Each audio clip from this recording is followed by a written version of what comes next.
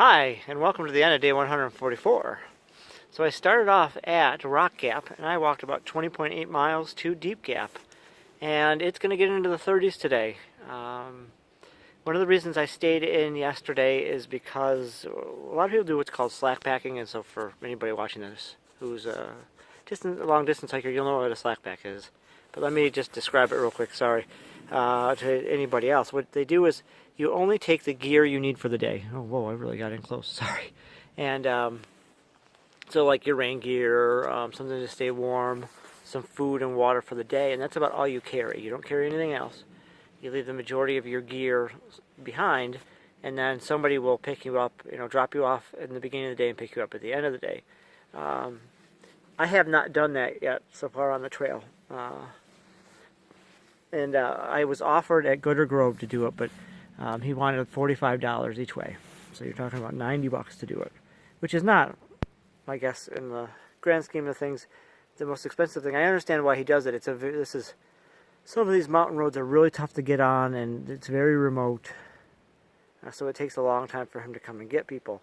There are four flip-floppers who decided to slack pack today. And so they were coming here to Deep Gap, and I thought about it, and I thought I could either push on and try to go another like 4 miles and freeze tonight. And I won't freeze, but I would be pretty cold. Or I could just go back in with them. I'll pay some money to, for the transportation and the room, but it'll give me a warm place to sleep.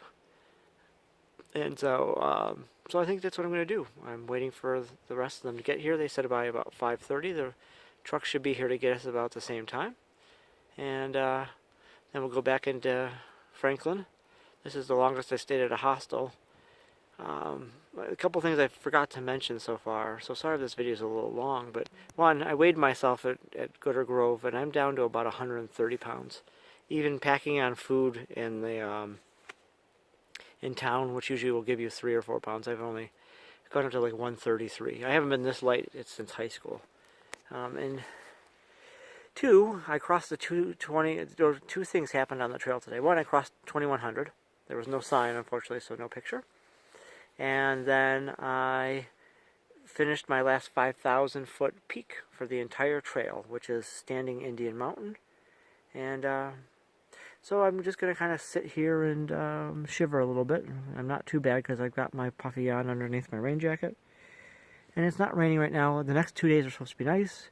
If I can hit 20s for like the next 4 days, I should be done. And I think that's possible. Like if I can do like a 20-20-20-20, we'll have to see. I'm looking at the 7th or the 8th to be done. Today's the 2nd. So I'm giving myself a little bit of a cushion, but it shouldn't take that long. I've got 80 some miles left.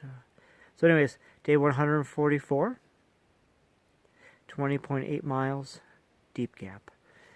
Thank you so much for those of you who have watched. I don't know how exciting these things are.